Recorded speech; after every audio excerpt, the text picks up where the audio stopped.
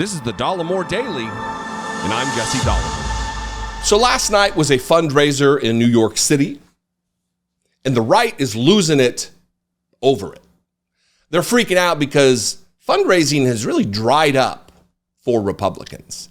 And they point the fingers to everyone else for the reason that this would be, rather than just looking at the clear and present reason that it's Donald Trump and his dysfunction, his criminality, that he is grating on even Republicans, and they're not here for it anymore. There are a few adherents to the Donald Trump cult, loyalists to this fascist freak. Charlie Kirk is one of them, himself a fascist freak.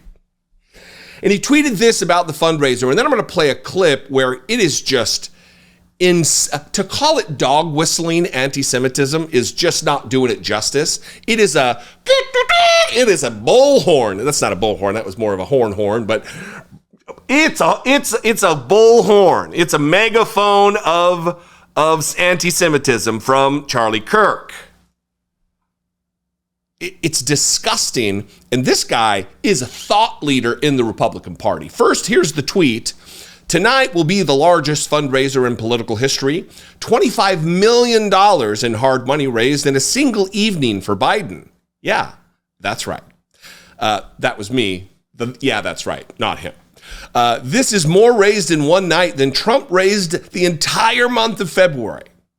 Democrats are beginning to fine-tune their messaging, and they have a standing army of 5,000 plus full-time organizers on the ground in the key states. We are outgunned and will be outspent. The polls are tightening. Time to get to work. The country is at stake. Much of that is true.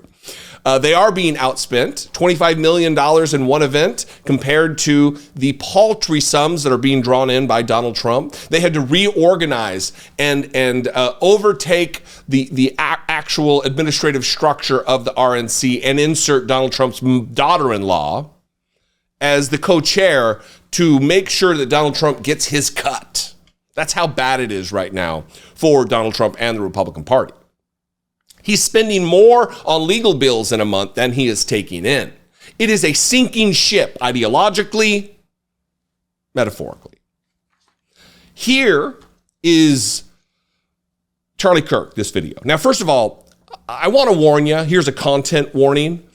This may be the weirdest haircut on the weirdest shape giant Zeppelin head you've ever seen.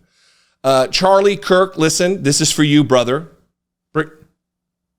Bring it in. They have mirrors in barbershops. And look, I'm no one to talk. It's not like I have great hair. It's not like I'm a handsome fella. But from one goofy dude to another, look in the mirrors when you're getting your hair cut. Maybe bring someone with you who can approve or disapprove of what was just done to you, because there's something freakish happening. Which is the least of our problems, but it had to be said. Someone had to do the public service that I just did. Carry on. Here's Charlie Kirk being an absolute Jew hater. It's the progression of Charlie Kirk into Nazism, just to be a vile anti-Semite. Watch this. It starts with him talking about Larry David and his thoughts about Donald Trump. And then it just drifts into anti-Semite territory. Man, he's really lost his fastball. That's Larry David, who used to be a really funny guy. People would ask, Charlie, do you watch Curb Your Enthusiasm? I never liked Larry David. He is not the brains of the operation of Seinfeld. It was obviously Jerry or somebody else. He's a baby. He's sick. Larry David, you perfectly just showed us exactly what is going on tonight at this New York fundraiser. This is the Upper East crew. Tonight, around 4 or 5 p.m., you might as well just close down the streets. There will be a parade of these miserable Upper East Side zealots that have a lot of money. The lords of easy money, connected to Wall Street, hedge fund, titans of all sorts of industry. And they're just going to go right down Park Avenue. They're going to go right down Fifth Avenue to the New York City Radio Hall to have in their own mind a religious experience. Tonight is essentially group therapy. Tonight is essentially $100,000, $250,000 for group therapy. Be among the other mentally deranged people in New York that live very shallow lives. You know what's really interesting is it's obvious that ever since Donald Trump came on the scene, Larry David is not as happy of a person as he once was. He's really never been that happy. I think he's an atheist. He's snarky. He's your typical kind of New York Woody Allen type that is constantly complaining and is, thinks he could be really funny. To steal a line from 30 Rock, Charlie, you're wasting too much time. Just say Jews. Just say Jewish people. And look, again, I'm 6'3", 250-ish pounds. I have a massive melon. But I'm shocked that there aren't Starlink satellites orbiting your dome, you freak. Secondly, all of these tropes, these anti-Semitic verging on conspiracies and hate that he's spewing, the Upper East Side crew. Upper East Side, there is a large population of affluent Jewish people in New York City. They live in the Upper East Side. The Upper East Side crew. The miserable Upper East Side zealots. I don't know what that is. They have a lot of money. The lords of easy money. Then he invokes therapy, of course, another trope. And that Larry David is snarky. He's your typical kind of New York Woody Allen type that is constantly complaining. This is disgusting. This is anti-Semitism. In an era in our history right now, when anti-Semitism is absolutely on the rise, I mean, it started, it certainly didn't peak just after Donald Trump, but it has been on the rise since Donald Trump came back on the scene.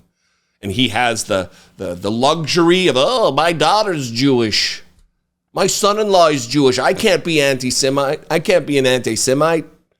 Yet proves himself to be time and time again, invoking tropes, hurtful, hateful tropes about the Jewish people.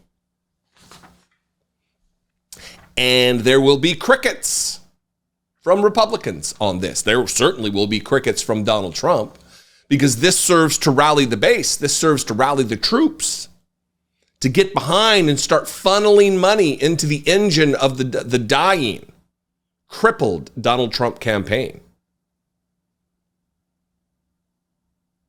There's a lot that could be said about the Republican Party, but decent is not one of them.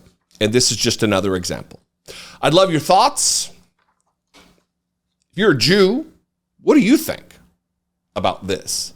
If you're a Republican and you happen to be Jewish, what do you do with this information?